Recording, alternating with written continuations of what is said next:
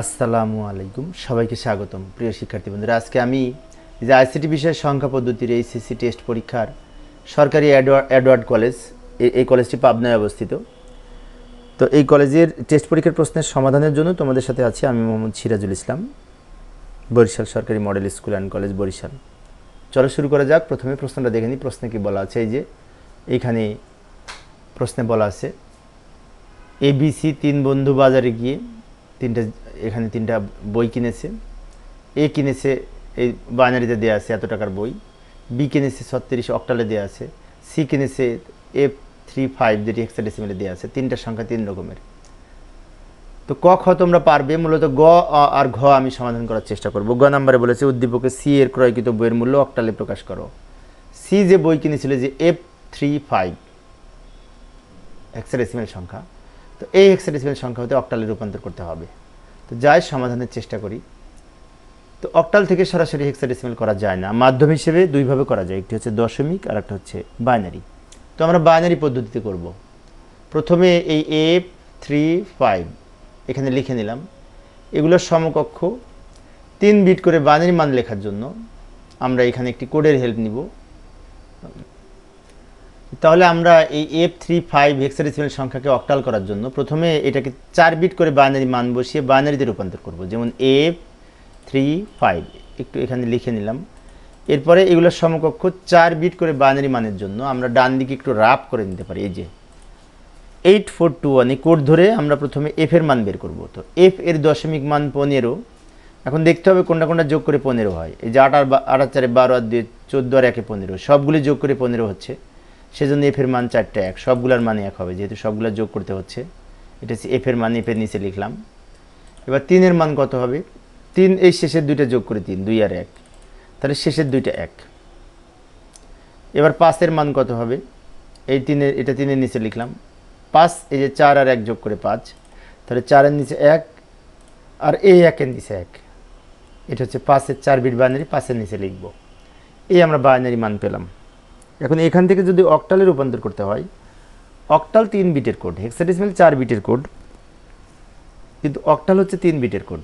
সেজন্য আমরা এটাকে অক্টালে রূপান্তর করতে হলে ডান দিক থেকে বাম দিকে তিনটা বিটে ভাগ করব। প্রথমে এই 101 এখানে লিখলাম, তারপরে 110, তারপর এই 100, তারপর সবার শেষে 3টা 1। এখানে মোট 12টা বিট ছিল, এখানে 3 3 3 মোট 4 বার তিনটা করে ভাগ করেছি। এবার এইগুলোর সমকক্ষ অক্টাল মান লেখার জন্য আমরা 3 বিট যেহেতু অক্টালের, সেজন্য এই যেখানে 4 বিট ছিল 4 পর্যন্ত এই যে আলাদা করে লিখে নিলাম আমি। 421 এই কোড ধরে করতে পারি। 421 এই কোড ধরে যদি করতে চাই, এখন প্রথমটা 3টা 1, তার মানে কি 4 যেখানে 4 এর স্থলে 1 আছে, 2 এর স্থলে 1 আছে, 1 এর স্থলে 1 আছে, সেজন্য এই 3টে সংখ্যা যোগ করে 7 হবে।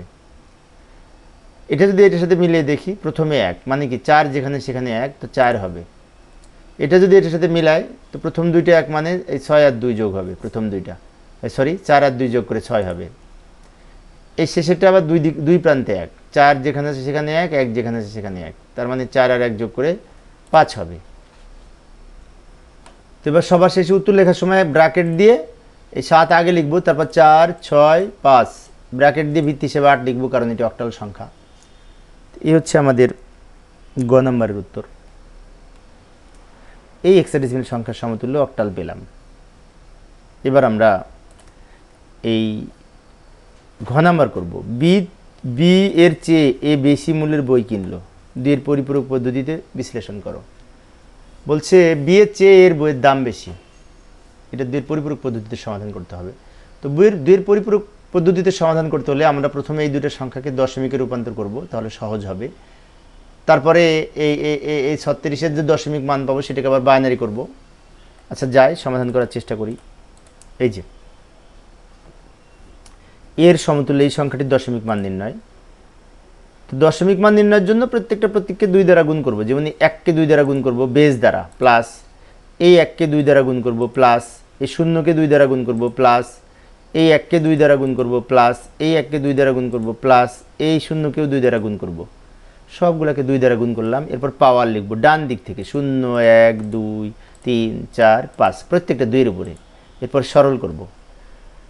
2 কে পাওয়ার 5 করলে হবে 32, তাকে 1 দিয়ে গুণ করলে 32। 2 কে পাওয়ার 4 করলে হবে 16, তাকে 16 দিয়ে গুণ 1 দিয়ে গুণ করলে 16। আর এখানে 0 হবে, এখানে 4 হবে, এখানে পাওয়ার করলে 2 হবে, শেষে 0 আছে এখানে, তাই 0 হবে। সবগুলো যোগ করে আমরা পেলাম 54। 54 সংখ্যাটি দশমিক সংখ্যা। এখন আরেকটা ছিল অক্টাল সংখ্যা বি এর সমতুল্য মান, সেটাকেও আমরা এই দশমিকে রূপান্তর করব। এই যে বি এর সমতুল্য 36, এটি অক্টাল সংখ্যা, এটাকে দশমিকে রূপান্তর করতে হলে এই বেজ 8 দ্বারা গুণ করব। 3 লিখব, 3কে 8 দ্বারা গুণ করব, প্লাস 6 লিখব, 6কেও 8 দ্বারা গুণ করব, এরপর পাওয়ার লিখব 0 1 এইভাবে। এবার আমরা সরল করব। 8কে পাওয়ার 1 করে 3 দিয়ে গুণ করলে আমরা 24 পাবো। 8কে পাওয়ার 0 করে 1, তাকে 6 দিয়ে গুণ করলে 6 হবে। এই দুটো যোগ করে 24 আর 6 যোগ করে 30 হবে। 30 সংখ্যাটি দশমিক সংখ্যা, তাই ভিত্তি হিসেবে আমরা 10 লিখেছি।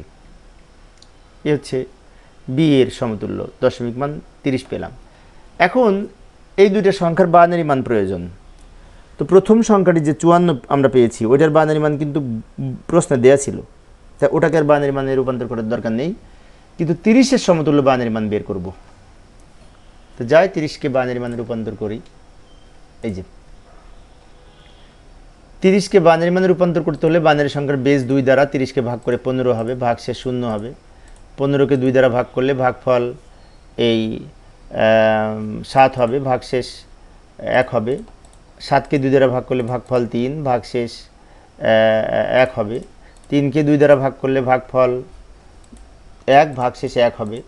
এখন 1কে 2 দ্বারা ভাগ করা যায় না, তো 1কে যখন 2 দ্বারা ভাগ না করা যাবে তখন আমরা এখানে 0 নিয়ে এই 1 ভাগশেষ হিসেবে শেষে লিখব। এবার এগুলি নিচ থেকে উপরের দিকে সাজিয়ে লিখলে উত্তর হবে 4টে 1 0। এই যে 4টে 1 0, এটা হচ্ছে 30-এর বাইনারি।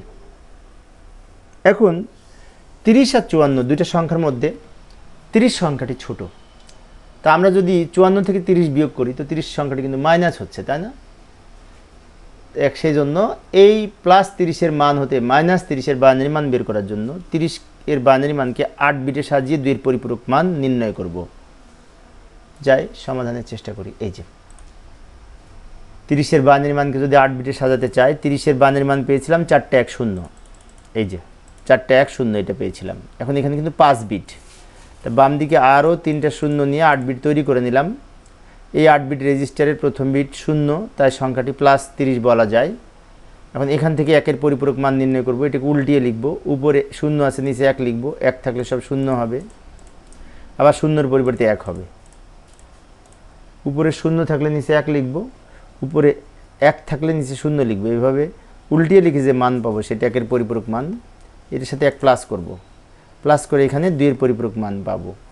1 আর 1 10, 10-এর 0 বাইনারিতে হাতে থাকে 1, হাতের 1 আর এই 1 যোগ করলে আবার 10, না হাতের 1-এ 0-এর সাথে যোগ করে 1। আমি আবারও বলছি, এখানে 1 আর 1 যোগ করে 10, 10-এর 0 হাতে থাকে 1, হাতের 1-এ 0-এর সাথে যোগ করে 1। এবার হাতে আর কোনো সংখ্যা নাই, বা আমি এই 3টা 0 লিখব, এই 3টা 1 লিখব, সব নামিয়ে দিলাম নিচে। এটা হচ্ছে মাইনাস 30-এর বাইনারি মান। কেন মাইনাস 30-এর বাইনারি মান? এই যে প্রথম বিটটা চিহ্ন বিট 8 বিট রেজিস্টারের, চিহ্ন বিট 1 হলে সংখ্যাটি মাইনাস হয়, চিহ্ন বিট 0 হলে সংখ্যাটি প্লাস হয়। যেহেতু চিহ্ন বিট 1 তাই সংখ্যাটি মাইনাস 30 হয়েছে। এবার সবার শেষে এই মাইনাস 30-এর যে মান পেয়েছি 2-এর পরিপূরক করে, এই মানের সাথে ওই যে আরেকটা সংখ্যা ছিল না 54-এর বাইনারি মান প্রশ্নে দেওয়া ছিল, ওই মান আর এইটা দুইটা মিলে এখন যোগ করব। 54-এর বাইনারি আর মাইনাস 30-এর বাইনারি দুইটা এখন যোগ করব, তাহলে যোগের মাধ্যমে পার্থক্য নির্ণয় হবে। যাই এই বাইনারি মানটা একটু মনে রাখবো, 3টা 1, 3টা 0 10। আচ্ছা 54-এর বাইনারি মান আগে লিখে নিই। 54-এর বাইনারি মান প্রশ্নে দেওয়া ছিল, এই মানটা কিন্তু প্রশ্নে দেওয়া ছিল। এখানে 5 বিট, বাম দিকে আরও 3টা 0 দিয়ে 8 বিট তৈরি, 6 বিট ছিল, বাম দিকে 2টা 0 দিয়ে 8 বিট তৈরি করে নিলাম। এবার মাইনাস 30-এর বাইনারি মান লিখব এর নিচে, তারপরে যোগ করব। মাইনাস 30-এর বাইনারি মান কিছুক্ষণ আগেই তো 2-এর পরিপূরক করে পেলাম, সম্ভবত 3টা 1, 3টা 0 আর 1 0। তাহলে মাইনাস 30-এর বাইনারি মান কিছুক্ষণ আগে 2-এর পরিপূরক করে যেটা পেয়েছি সেটা লিখব। সম্ভবত ওখানে পেয়েছিলাম 3টা 1, 3টা 0, 1 0।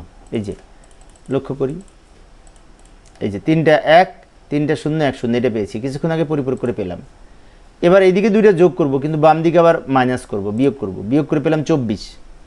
এখানে বলে যে যোগের মাধ্যমে পার্থক্য, বাম দিকে লিখলাম পার্থক্য আর এই বাইনারি যোগ করব। লক্ষ্য করি 0 আর 0 যোগ করে 0, 1 আর 1 যোগ করলে 10, 10-এর 0 হাতে থাকে 1, হাতের 1 আর এই 1 যোগ করলে আবার 10, 10-এর 0 হাতে থাকে 1, হাতের 1 এর 0 সাথে যোগ করে 1, 1 আর 0 যোগ করে 1, 1 আর 1 যোগ করলে আবার 10, 10-এর 0 হাতে থাকে 1, হাতের 1 আর এই 1 যোগ করলে 10, 10-এর 0 হাতে থাকে 1, হাতের 1 আর এই 1 যোগ করলে 10, 10-এর 0 হাতে থাকে 1, ওই 1 বাম দিকে লিখে দিব। এখন এই বাম দিকে যে 1 পেলাম, এই 1 এটা কিন্তু ওভারফ্লো, অতিরিক্ত বিট, কারণ 8 বিট রেজিস্টারে অঙ্ক করে আমরা এই পর্যন্ত 8 বিট, নিচে 9 বিট হয়ে গেছে, তাই এই যে হলুদ কালার দেওয়া আছে এই পর্যন্ত 8 বিট, এবং এটি হচ্ছে 8 বিটের চিহ্ন বিটের বাম দিকের এটা হচ্ছে অতিরিক্ত বিট বা ওভারফ্লো, তাই এটি বাদ দিয়ে লিখতে হবে। এমনি বাদ দিলে হবে না, কিছু কথা লিখতে হবে। আমরা লিখলাম ওভারফ্লো বিবেচনা করা হয় না, এটা যদি বাদ দিয়ে এখান থেকে এইগুলো উত্তর হবে। তার মানে এই যে 1, 1, 3টে শূন্য এটা উত্তর, এবং 1, 1, 3টে শূন্য এটা হচ্ছে 24-এর বাইনারি। তাই আমরা লাস্টে লিখবো সুতরাং পার্থক্য 24, এই 24। এক্ষেত্রে এই 24 সংখ্যাটি পজিটিভ হবে। কেন পজিটিভ হবে সেটা আমি নিচে লিখে দিয়েছি। এক্ষেত্রে সংখ্যাটির চিহ্ন বিট শূন্য, মানে এই যে চিহ্ন বিট শূন্য, এই যে এইটা, তাই সংখ্যাটি ধনাত্মক, মানে এই 24 সংখ্যাটি ধনাত্মক। কেন ধনাত্মক? এই যে চিহ্ন বিট শূন্য, সেই জন্য। তো প্রিয় শিক্ষার্থী বন্ধুরা, এই ছিল আজকের আলোচনা। পরের ক্লাসটি দেখার আমন্ত্রণ রইল। খোদা হাফেজ।